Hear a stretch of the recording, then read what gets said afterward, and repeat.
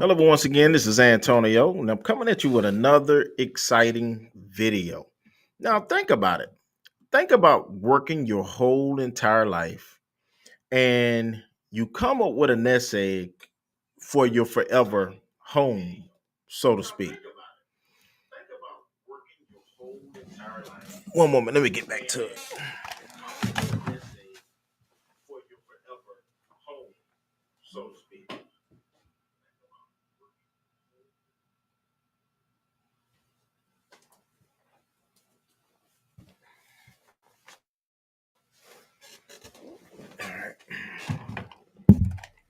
So imagine working your whole entire life for your forever home. Like I said at the beginning, and you retire. Your life savings is a lot less than a quarter million at $200,000. And now you planning to purchase your home. But in the process of going back and forth with the banks, hackers swoop in and take all of your money. Now I know that this happened back in March, and we now in September. But when I saw this story, I just felt the need to do this um, a video on this because I've been doing a lot of videos on hackers, squatters, people being taken advantage of. Because at the end of the day, people are vulnerable with new technology. Criminals are finding new ways to take all of your resources. Retired Colorado teacher 69 is left homeless and broke after losing her entire $200,000 life savings when email chain was hacked while she was buying a new townhouse, and she unwittingly sent money to scammers. So my question is, these scammers that does this to older vulnerable people should be burnt at the stake. Yes, I said it. All right. So Vicki Ragle, 69, was buying a townhouse in Lakewood, and this is in Colorado, when scammers tricked her into handing over her life savings. The crooks hacked an email chain, and the title company then posed as a staff and asked Regal to make the payment. A former teacher of 42 years, is left with nothing, right? She's left with nothing. Mm. All right. So a retired teacher and her daughter were scammed out of nearly $200,000 while buying a Colorado house in Colorado after hackers hijacked their email conversation with the real dealers. Vicki Ragle, 69, was in the process of buying a townhouse in Lakewood for herself and her daughter Sarah with their life savings when scammers tricked her into handing over her huge sum. All right. So Vicky had been exchanging legitimate emails with the lender, realtor, and title company, although it's unclear how the hackers were able to intercept these.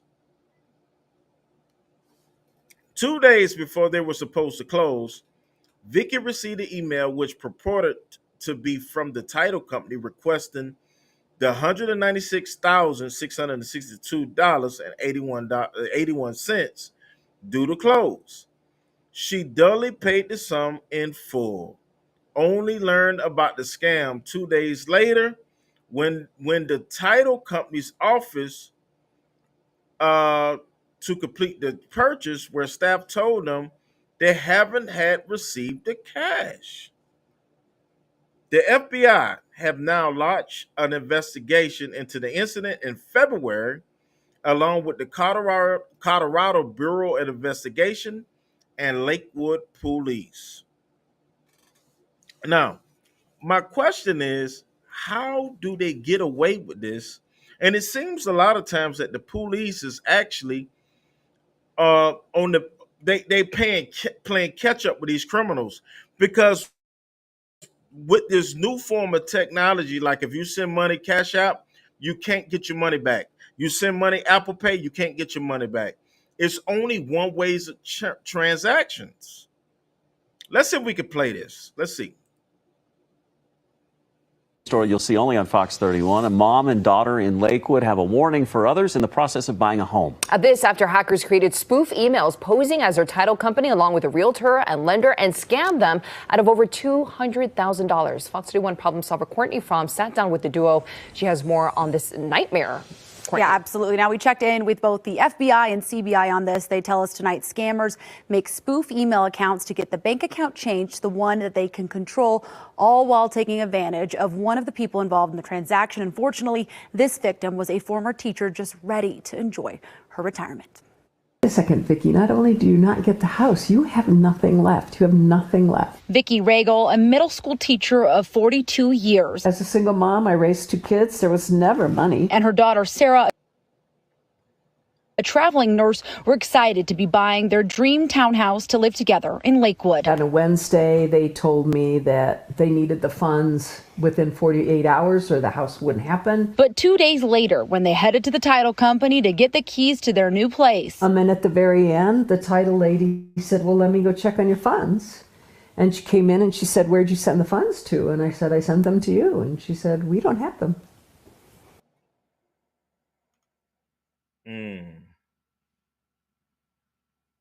That's weird, right? That is weird. Weird. The video's still buffering. Let's see if it's going to play some more.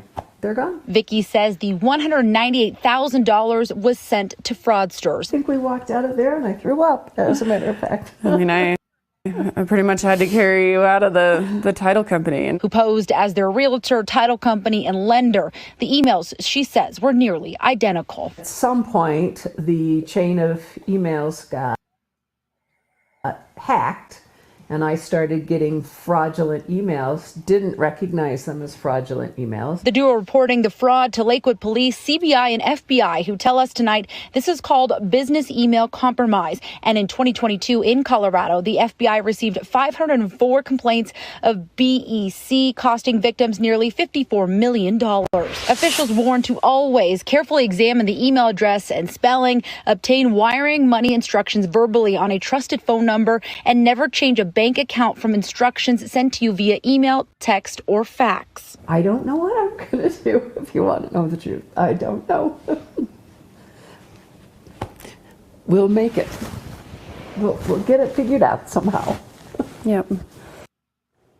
Now, Lakewood police tell us they are in the early stages, but this is an open and active investigation. A friend of Sarah's has started a GoFundMe for them. We put a link where you can donate on our website at kdvr.com. Okay, so this type, only reason why I'm making a video about this is because these type actions happens all the time. Criminals are getting smarter.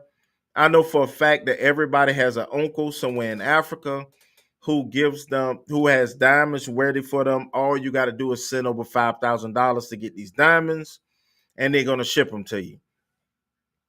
Also, you have emails where people misspell PayPal, people misspell Netflix. The hackers are so at least you can spell check sometimes, right? But they don't do all of that. You know, all they want you to do is provide a subscription. As somebody who has been hacked himself before, well, I won't say hack, scam before, I can just tell you that it's not a wonderful feeling to be a part of. But so that's why I'm doing this video. All right, so the GoFundMe. Let's see how much money were they able to raise. Let's see. Were they able to raise any stolen life savings at the time? It was $14,000. And I'm not sure how much they was able to raise, but I'm quite sure they were able to raise a substantial amount of money. And I'm happy that Miss Vicky have her daughter. Some people go through these atrocities and they have no one. They have no one to help them, and they go through these things by themselves. There are people that pose as your favorite love interest, and people have spent their entire life savings of $400,000 because people come off as their favorite love interest, and they're going to be there for you, and it turns out to be bogus. It turned out to be bogus. All right, we went to closing. I'm not going to keep this going. Everything was laughing and excited. We signed acres of papers, and then the title later said, "Let me check your funds." Vicky told KDVR. The title lady said, "Where did you send the funds to?" And I said, "I sent them to you." And she said, "We don't have them." We added tearfully. All I could do think now is I'm homeless and broke. I'm 69 years old and now I'm broken homeless. In an email to the Regals 2 days before the deal was closed, the scammer posed as the title company and said they're prepared the closing documents. The amount due to close is $198,662.81. Polite reminders: as we require funds to be remitted 48 hours to closing, the scammers wrote the Regals were uh, unperturbed by the messages because of the earlier conversation with the actual staff. Vicky added, "We were supposed to close on Friday. Then on Wednesday, they told me they needed the funds in 48 hours or it wouldn't happen." I said, "Okay, I will call in an hour and we can do that." They emailed back stating, "Don't call because I'll be in a closing, but here's the information."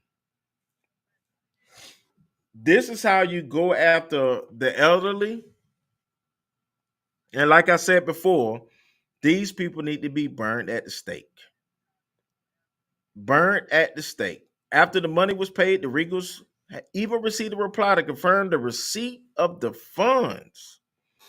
I went ahead and prepared the closing documents and closing statement with the closing date on Friday, 3/3. Attached, please find the final closing statement. The amount due to close, $198,662. Polite reminder, as we require funds to be remitted. Well, we just read that. All right, let's look at that GoFundMe. I know this may be closed by now, but how much did they were able to raise? Let's look at this before we close this out.